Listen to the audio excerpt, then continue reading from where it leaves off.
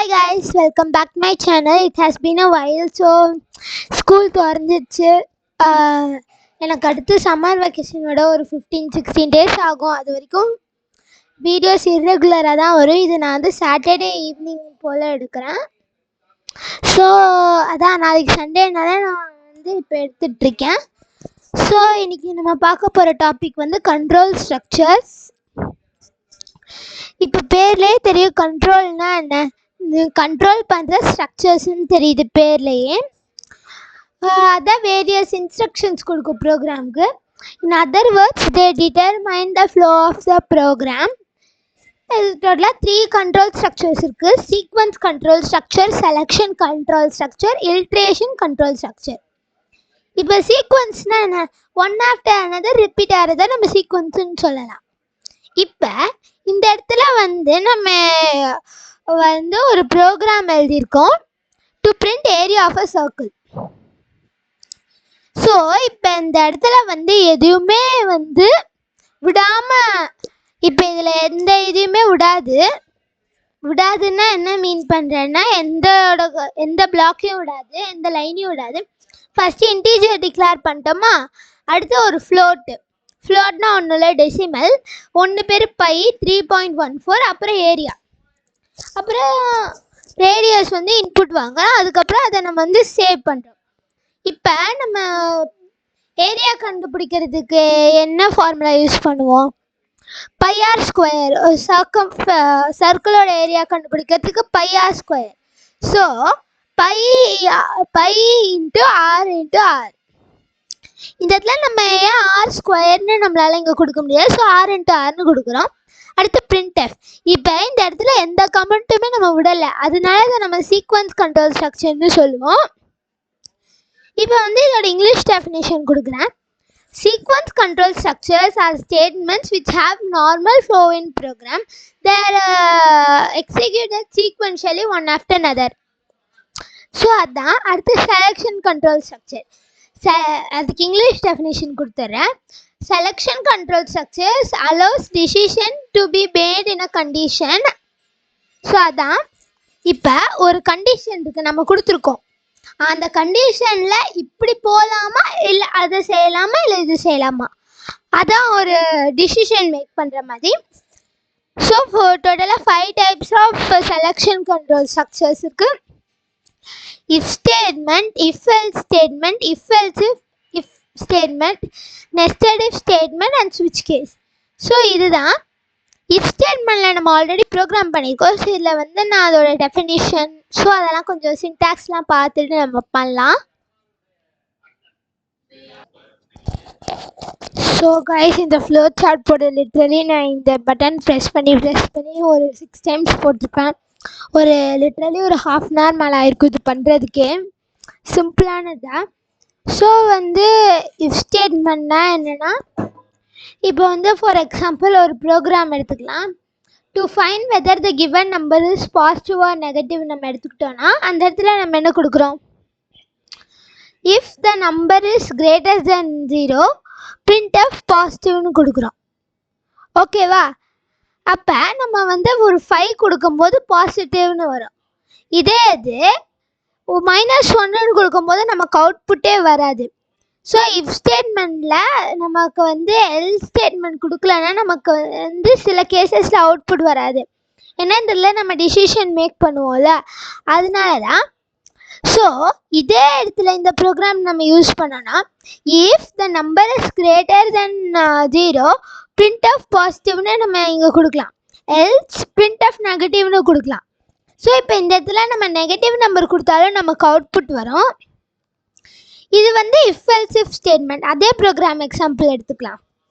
இப்போ if the number is greater than 0 printf positive. ஓகேவா?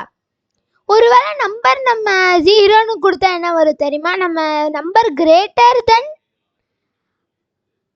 இது தானே. ஸோ அதனால நமக்கு வந்து நெகட்டிவ் தான் வரும் 0. ஆனால் 0 உண்மையாலே நெகட்டிவ் இல்லை. ஸோ இந்த இடத்துல நம்ம என்ன கொடுப்போம்னா, if the number is greater than 0 printf positive. Else if the number is equal to 0 printf neutral. Else printf negative இந்த மாதிரி தான் கொடுப்போம். ஸோ இந்த ஃப்ளோ சார்ட் வேணால் காப்பி பண்ணிக்கோங்க. இது சில எக்ஸாம்பிள் ப்ரோக்ராம்ஸில் சொல்கிறேன் இது வச்சு. ஸோ இது வந்து இஃப் ஸ்டேட்மெண்ட்டுக்கு ஒரு எக்ஸாம்பிள். இப்போ இந்த இதில் நம்ம வேரியபிள் டிக்ளேர் பண்ணிட்டோம், 2 வேல்யூ எடுத்துகிட்டு அதுக்கப்புறம் அதை ஸ்டோர் பண்ணிவிட்டு இப்போ இந்த இடத்துல if value 1 is greater then value to printf the value 1 is smaller. இப்போ இங்கே நம்ம பில்ட் அண்ட் ரன் பண்ணி பார்க்கும்போது வேல்யூ 1 பெருசாக கொடுத்தோன்னா நமக்கு அவுட்புட் வரும், இல்லை நம்ம ஸ்மாலாக கொடுத்தோன்னா நமக்கு அவுட்புட்டே வராது. இப்போ நான் கொடுக்குறேன் பாருங்க 9 0. ஸோ பார்த்தீங்களா இங்கே நமக்கு அவுட்புட்டே வரல. சாரி கைஸ், கொஞ்சம் மிஸ்டேக் ஆயிடுச்சு. ஒரு வேல்யூ 2 கிரேட்டராக இருந்தால் மட்டும்தான் வேல்யூ 1 இஸ் ஸ்மாலர்னு நம்ம பிரிண்ட் பண்ணோம். நான் கொஞ்சம் லைட்டாக கன்ஃபியூஸ் ஆகிட்டேன், அதான் நான் டக்குன்ட்டு. இப்போ நம்ம வேல்யூ 1 குட்டியாக பெருசாக கொடுத்துட்டு வேல்யூ 2 கொடுத்தா நமக்கு அந்த மாதிரி அவுட்புட் வருது. இப்போ 0 9 கொடுத்தீங்கன்னா வேல்யூ 1 ஸ்மாலர். ஓகேவா? ஸோ இப்படி தான். இப்போ அடுத்து வந்து இஃப் எல்ஸ் ஸ்டேட்மெண்ட். ஸோ இதுதான் இப்போ அதே ப்ரோக்ராம் தான், பட் ஆனால் இந்த இடத்துல வந்து நம்ம எல்ஸ் ஸ்டேட்மெண்ட்டோட கொடுத்துருக்கோம், அதான் டிஃப்ரென்ஸ். ஸோ இந்த இடத்துல நான் எல்ஸ் ஸ்டேட்மெண்ட் மிஸ் பண்ணிட்டேன் டக்குன்ட்டு. ஸோ இப்போ வந்து நமக்கு அவுட்புட் நம்ம எது பெருசாக கொடுத்தாலும் எது சிறுசாக கொடுத்தாலும் நமக்கு அவுட்புட் வரும். இதில் ஒன்றும் இடம் இல்லை, கடைசி ஒரு கர்லி பிராக்கெட் கொடுக்கலாம், வேறு எதுவும் இல்லை. இப்போ வந்து 9 8 value 1 is 9, value 2 is smaller than value 1. கரெக்டாக வந்துச்சா? இப்போ இதே இடத்துல வந்து இப்போ வந்து 8 9 value 1 is 8, value 1 is smaller than value 2. So இதுதான் இஃப் ஸ்டேட்மெண்ட்லேயே எல்ஸ் கொடுக்கறது தான் if else statement. So guys இதுதான் ப்ரோக்ராம், நான் ஆல்ரெடி எக்ஸ்பிளைன் பண்ணதான்.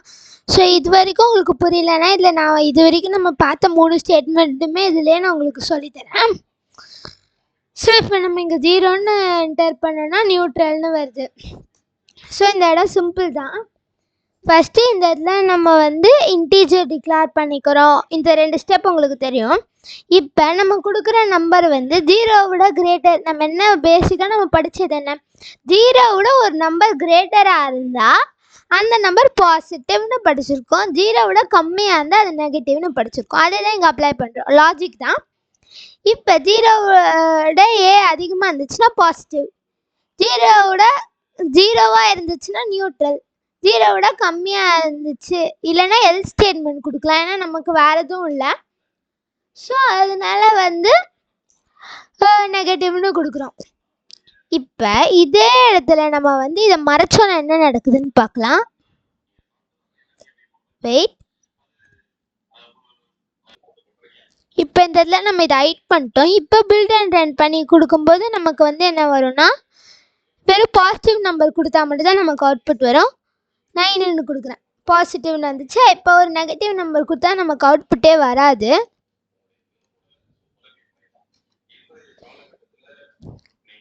-0 இல்லை -9 அவுட்புட்டே வரல.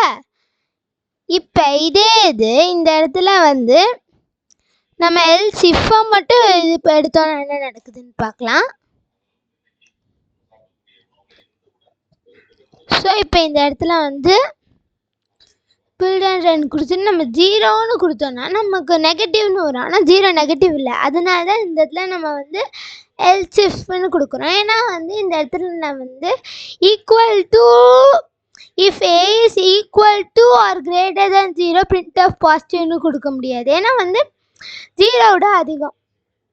ஸோ வந்து இந்த வருஷம் நான் லாஸ்ட் இயர் சி ப்ரோக்ராமிங் படித்தேன்.